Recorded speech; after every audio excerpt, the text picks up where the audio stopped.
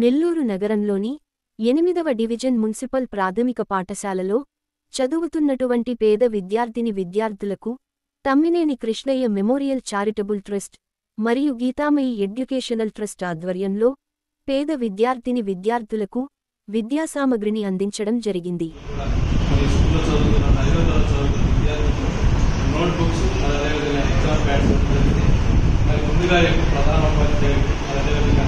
ఉపాధ్యాయులకు మా యొక్క సంస్థల ధన్యవాదాలు.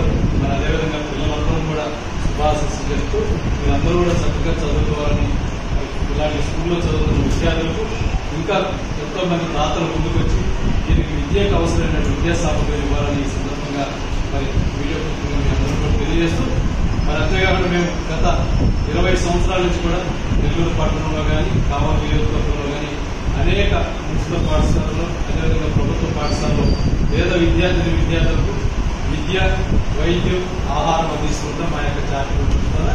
మరి అందులో భాగంగా ఈ రోజు నెల్లూరు పట్టణంలో 8వ డివిజన్లో ఉన్నటువంటి మున్సిపల్ ప్రాథమిక పాఠశాల ఇవ్వడం జరుగుతుంది.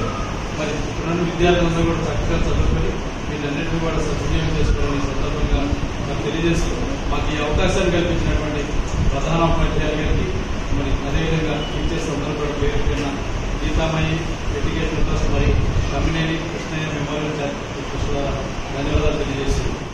న్యూస్ అప్డేట్ కోసం G5 న్యూస్ సబ్స్క్రైబ్ చేసి పక్కనే ఉన్న బెల్ ఐకాన్ ను యాక్టివేట్ చేసుకోండి.